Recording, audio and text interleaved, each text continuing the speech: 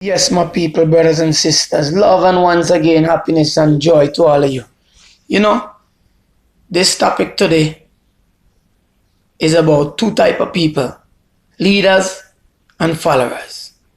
Now, followers are those that can't make a decision for themselves and can't facilitate for themselves. So someone has to think and act on their behalf to help them to facilitate themselves. In other words, someone has to make the way for them, make decisions for them, and tell them what and what not to do. While the leaders are the ones who make their own decision and facilitate their own thoughts and mind and pursue their own social and cultural development within their mental state, for they are conscious enough to go ahead in a way to develop and to move forward without having to listen or taking orders from some other one. Now the followers are 99% of the people who's caught up in and around the so-called society, which is known as a government or state, which is the slave system. Now again, 99% of them is robots and are programmed. And someone who's taking orders, the orders are not necessary on a good term. It could be an order to be executing someone wrongfully, or order to be putting someone in jail wrongfully, carried out by so-called police officers, which are lawmen of the so-called state, by the heads of state. Now the heads of state are a corporation, which is a mere enterprise, which uses its citizens as bonds and stocks. So it's actually an unjust, unfair system. And something that is bad can never be good. So poison can't be good. So therefore, a system that came from something bad could never be good. So a government could never be a good system because it came from slavery. So to draw this point and this view to the regular people out there who still unaware and still not even taken into consideration, even though I'm put out so much different videos for you to acknowledge and take a recollection of yourself and look back before slavery and see how wonderful our indigenous ancestors was together in unity we would say, together without division. And now that this states and corporation exist, see how much corruption and destruction and elements of destruction arise amongst it, and see where they're coming from, and let me know if they only exist because of the system that exists. And you will know that what I'm talking about is the reality. Without the system, they would not have been around here. And you carrying out orders by a magistrate or a judge to either execute or lock up someone based upon the criteria of the corporate laws of the states. Now, these are some unjust, unlawful systems. And they make laws to keep poverty, destruction, and crime around. Actually, they are the elements that breed criminal elements around. And you police officers are known as criminals in the real life, in the real terminology, because you're carrying out an order by someone. You're not even following yourself. You're not even looking at and seeing what you're being ordered to do, if it is something good or bad, but you just go ahead doing it. You know, sometimes you lock up and you ill-treat and you do a lot of wickedness to the most humble and innocent people in the name of law, and you execute judgment upon the innocent and you call them guilty. For instance, the marijuana farmers and many other substances that you deem as illegal. And within your system, every element of destruction that arises within your system are only a product of a system. So if we eradicate your system, they all go with you.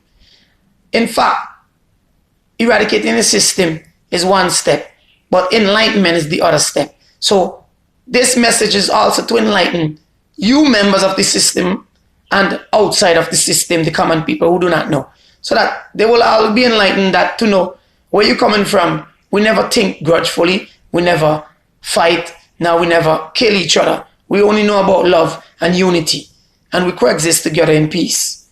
Now when the system come around, it came to demolish, to denationalize us, and to take our land and resources. And it take a reference as a state, which it comes up and call itself a cooperative government. And they go around fooling people, like the politicians. When he ready to campaign for election, it's knee in hand, they usually use two trickery, politics and religion, because it's been designed to keep the masses unaware and cannot think for themselves, so that they would just follow suit of everything that they see and hear.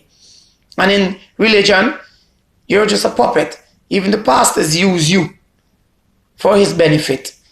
You're just there for what he can really achieve from you. So he has this ideology and indoctrination sticking you, as if you don't do this, God won't bless you. So you have to donate coins to them. Well, there is no God to retrieve the coins and to make better for you and your generation. The money goes to his pocket and his family members. And there is nothing going to benefit the local nor the common people, even the members of his organization. It's all a business, for your information. And religion and politics go hand in hand. And that's what they use. Whether it's the Muslim country, they'll use the Muslim to indoctrinate the people who is Muslim, to tell you, oh, this is God work. And can't you see that we just build a new hospital and we just fix 57 different streets. So we're doing good. And meanwhile, the money that they're spending is not even their money. It's the common people money. Because the money that is spending is the blood of the common people that they suck in the form of taxes. And also, when they are on the notion of developing or restructuring the economy, they take your bond note, which is a birth certificate, and you, the stock, are being traded on the IMF, the London Stock Exchange, or the New York Stock Exchange as collateral for developing the economy. And it all goes to the politician and the party members. None don't really go to the state. The 10% of taxes that are used to pay civil servants and the ones who keep the illegal system running, which are the soldiers, the police, the nurses, and all of the people who clean the streets and whatever, that's a small percentage. It doesn't even count for the 90% of the money that they pocket. So you common people are unaware of how crooked and corrupt this thing is, and you don't even think for yourself. You let them place you in a certain order and have you under a certain control that you can't even facilitate for yourself. They are thinking for you, programming for you. The police are carrying out an order by a magistrate or a judge or the commissioner of police that has been set to deprive another man of his rights and his privilege. And it's also modern day slavery, and it's extortion, but it's in the law as a law. And talk about the constitutional state law must be abide and obey. Now, that is only applied to corporate people which are known as citizens. Outside of that, the indigenous people, that do not apply to them, and they need to get this thing straight and stop trying to indoctrinate and trying to force the illegal system on the indigenous descendants that is occupying also land that states are occupying, and stop these illegal practices that they've been doing. And it's getting so out of hand just now. We as indigenous people will start taking matters in our own hand. So, and I'm just stating this for you. Two types of people, leaders and followers. 90% of the people that evolve and dwell amongst the society are followers. They can't think for themselves.